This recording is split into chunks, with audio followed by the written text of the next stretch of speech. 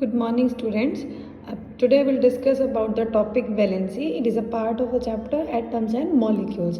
Valency क्या होती है? The number of electron present in a outermost shell. अब किसकी outermost shell के अंदर नंबर ऑफ ये इलेक्ट्रॉन्स प्रेजेंट होते हैं, तो हम एक एग्जाम्पल लेते हैं, लाइक हाइड्रोजन है. हाइड्रोजन क्या है? एक एटम है.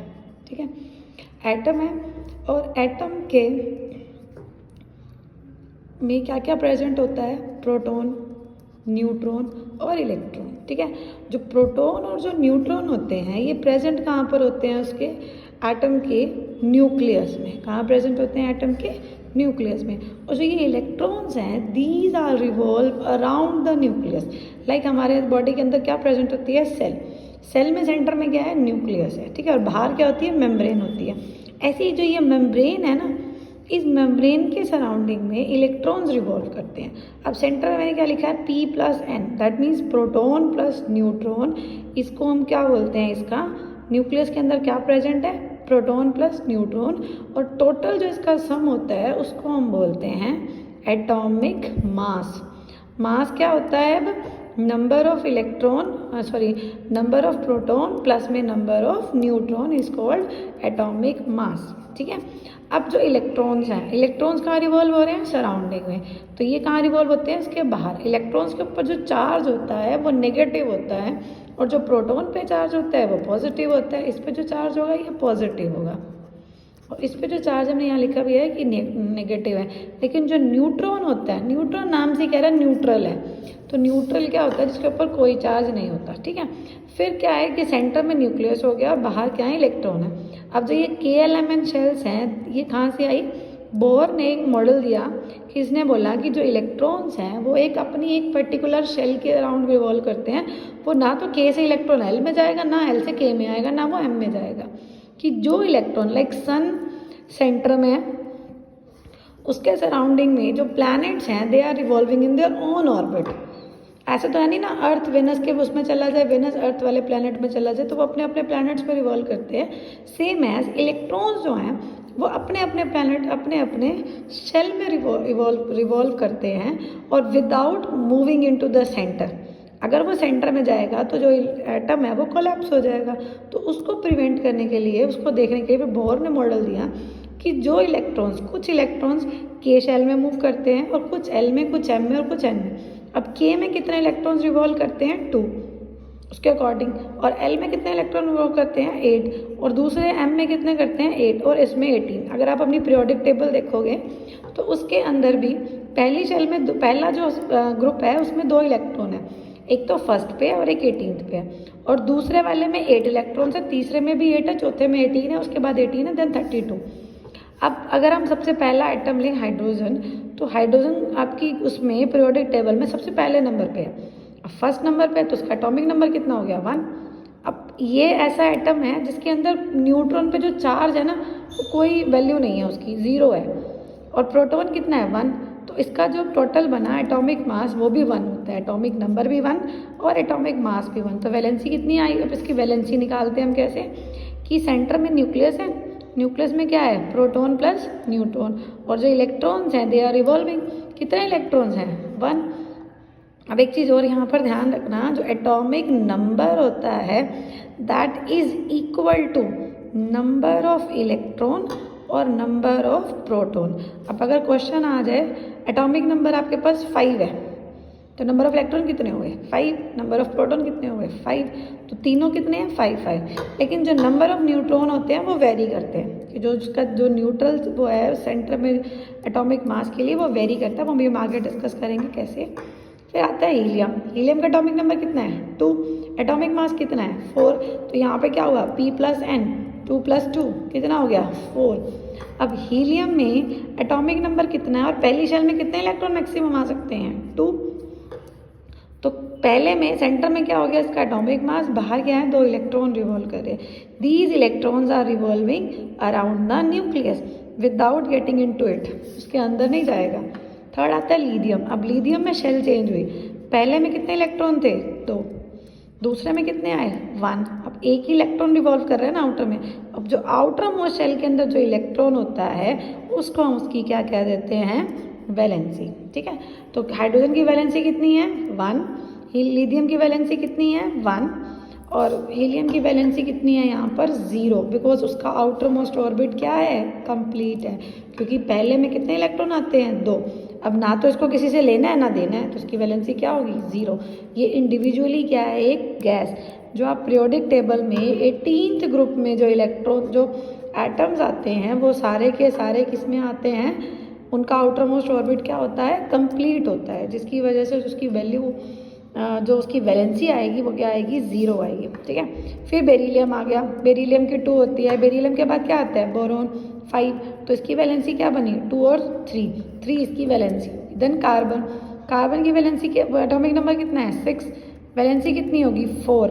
अब 4 ऐसी वैलेंसी है जो ना किसी को देता है ना किसी से लेता है, वो क्या करता है दूसरों से शेयरिंग करता है। इसके बाद नाइट्रोजन, नाइट्रोजन का एटॉमिक नंबर कितना है 7, तो वैलेंसी कितनी हुई 2 और 5। अब 5 तो क्या है इसका आउटर मोस्ट शेल में इलेक्ट्रॉन है, जब भी 4 से ज़्यादा हो, इस वैलेंसी का ट्रिक क्या है, जब भी 4 से इलेक्ट्रॉन आउटर मोस्ट शेल में ज़्यादा होंगे तब हम उसको 8 में से माइनस कर देते हैं, तो इसकी वैलेंसी ये भी होती है और इसकी वैलेंसी ये भी होती है, तो दोनों ही ठीक है, कोई भी गलत नहीं होगी। उसके बाद आता है हमारा ऑक्सीजन, ऑक्सीजन में 8, 2 और 6, तो वैलेंसी कितनी होगी 8 - 6 कितनी होगी 2 भी और 6 भी। देन फ्लोरीन, फ्लोरीन का एटॉमिक नंबर 9, उसकी वैलेंसी कितनी है 2 और 7, वैलेंसी कितनी बनी 8 - 7 = में 1। अब इसकी भी वैलेंसी 1 है और इससे अगला, उसके बाद नियोन की अगर मैं बात करूं तो नियोन का एटॉमिक नंबर होता है 10, उसकी जो आउटर मोस्ट में इलेक्ट्रॉन है 2 और 8, उसका आउटर मोस्ट ऑर्बिट क्या है कंप्लीट है। अब जब आउटर मोस्ट ऑर्बिट कंप्लीट है तो उसकी वैलेंसी क्या होगी 0। उसके बाद नेक्स्ट आता है सोडियम। अब सोडियम का सिंबल में बच्चे कंफ्यूज होते हो, सोडियम का सिंबल है Na कहाँ से एक्सट्रैक्ट करेगा ग्रीक और लैटिन वर्ड से नेट्रियम, नेट्रियम से सोडियम का नेम दिया गया। 11 है इसकी एटॉमिक नंबर 2, K में 2, L में 8 और M में कितने आएंगे 1। अब यहाँ पे थर्ड शेल स्टार्ट होगी, ध्यान से देखना बेटा, पहले कितनी थी 1 शेल हाइड्रोजन और हीलियम के लिए, फिर सेकेंड शेल आई लिथियम से लेके फ्लोरीन तक, नियोन तक। ठीक है, नियोन का वैलेंसी 0 है। उसके बाद जब थर्ड शेल आएगी तब उसके अंदर कितने इलेक्ट्रॉन आते हैं 1। उसके बाद जब हम नेक्स्ट करेंगे अप टू 20 तक आप ये वाले इलेक्ट्रॉन की वैलेंसी निकाल सकते हो। सो अब हम अपना एक नेक्स्ट टॉपिक स्टार्ट करते हैं, that is the chemical formula. अब केमिकल फॉर्मूला करने के लिए आपको सबसे पहले क्या याद होनी चाहिए आपकी वैलेंसी। वैलेंसी होती क्या है the number of electron present in outermost shell. ठीक है, आउटर मोस्ट शेल के लिए अब जैसे मैग्नीशियम है, इसका एटॉमिक नंबर कितना है 12, तो इसके हम क्या निकालेंगे 2, 8, 2। अब इसके आउटर मोस्ट में कितने इलेक्ट्रॉन है 2, तो इसकी वैलेंसी कितनी हुई 2। सेम है सल्फेट, सल्फेट की वैलेंसी कितनी है 2। आपको ये ज़्यादा टेंशन लेने की जरूरत नहीं है, इसकी आपकी एक टेबल बनी हुई है 3.6 टेबल है चैप्टर 3 के अंदर, वो आप लर्न कर लेना 3.6। वहाँ पर इन सब sulphates, chloride ions, nitrate ion, इन सब की वैलेंसी वहाँ पर गिवन है, तो वो आप लर्न कर लेना। तो दोनों की क्या होगी Mg2, सल्फेट की कितनी है 2, हम इसको कट किया तो क्या है 1:1, तो दोनों कट के और हमने क्या करना है इसको क्रॉस मल्टीप्लाई, तो क्या आएगी वैलेंसी MgSO4। इसको बोलते क्या है Mg क्या होता है मैग्नीशियम, SO4 किसकी है सल्फेट।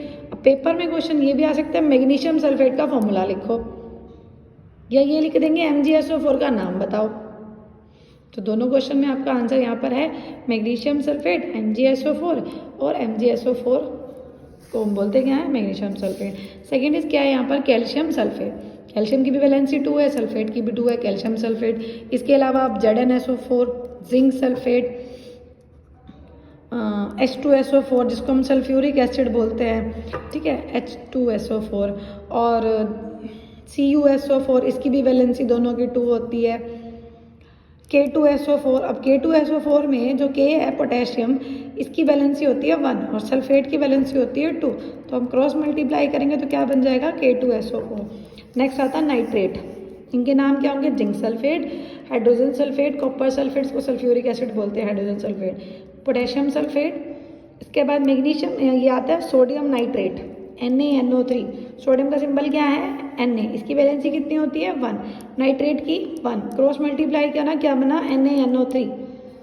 और एल्यूमिनियम क्लोराइड, एल्यूमिनियम की वैलेंसी कितनी होती है 3, कैसे एल्यूमिनियम का एटॉमिक नंबर कितना है 13, तो वैलेंसी निकालो 2 8 3, 3 क्या आ गई इसकी वैलेंसी और Cl की 1, क्रॉस मल्टीप्लाई किया Al 1 हो गया, Cl कितना हो गया 3, एल्यूमिनियम क्लोराइड, ठीक है।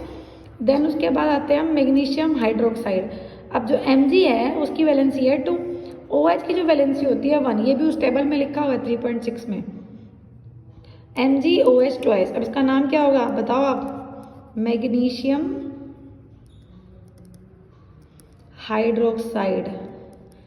इस तरह से आप यहाँ पे लिख सकते हो KOH potassium hydroxide, CaOH twice calcium hydroxide, NaOH sodium hydroxide, ऐसे करके आप इनके फॉर्मूलाज लिख सकते हो, ठीक है। देन उसके बाद आता है मॉलिक्यूलर मास। अब मॉलिक्यूलर मास क्या है, ये 3 आपके टॉपिक आज कवर कर देंगे। मॉलिक्यूलर मास क्या है, यहाँ पर एल्यूमिनियम जो है AlCl3 मॉलिक्यूल होता क्या है, जब 2 या 2 से ज़्यादा एटम्स कंबाइंड होते हैं तो वो क्या बनाते हैं मॉलिक्यूल। अब मास क्या है यहाँ पर, इनका एटॉमिक मास, जो मॉलिक्यूल्स में एटम यूज हुए हैं उनका एटॉमिक मास हमने क्या करना है प्लस करना है, ठीक है। तो एल्यूमिनियम का एटॉमिक मास और एटॉमिक मास ऑफ क्लोरीन, अब क्लोरीन के यहाँ पे 3 लिखा हुआ है तो हमने यहाँ क्या कर दिया 3 से मल्टीप्लाई, ठीक है। एटॉमिक मास एल्यूमिनियम का कितना हो गया 27, एटॉमिक मास क्लोरीन का कितना हो गया 35.5 या आप 35 भी ले सकते हो, मल्टीप्लाई में 3, तो ये वैल्यू करके इसका आंसर आ जाएगा 133.5। प्लस करना है जितना भी यहाँ पर जो वैल्यू हो, यहाँ हो सपोज यहाँ पर जैसे 1 था तो हमने यहाँ इसको 1 से मल्टीप्लाई किया तो सेम ही आता है, आप कर सकते हो। उसके बाद ऐसे HCl है, सिंपल है, इसके ना यहाँ कुछ ना यहाँ कुछ, दोनों 1 है, तो हाइड्रोजन का एटॉमिक मास 1, क्लोरीन का एटॉमिक मास कितना होता है 35.5, 36.5 हमारा आंसर आ जाएगा।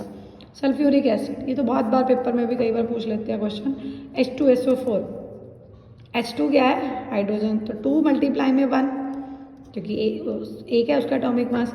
सल्फेट SO4 32, सल्फेट इसका एटॉमिक नंबर कितना होता है 16, मोस्टली का डबल ही होता है एटॉमिक मास। ऑक्सीजन का 16, 8 मल्टीप्लाई में डबल किया 16 हो गया, मल्टीप्लाई में 4, तो इसका आंसर कितना आ जाएगा 98U। U क्या होता है यहाँ पर इसका एटॉमिक मास या आपका फॉर्मूला एटॉमिक मास भी आप उसको ले सकते हो, ठीक है। So that's all about the topic. हमने क्या क्या डिस्कस किया, वैलेंसी और मॉलिक्यूलर फॉर्मूलाज कैसे बनाते हैं, और क्या किया हमने मॉलिक्यूलर मास कैसे निकालते हैं, ठीक है। Thank you, bye.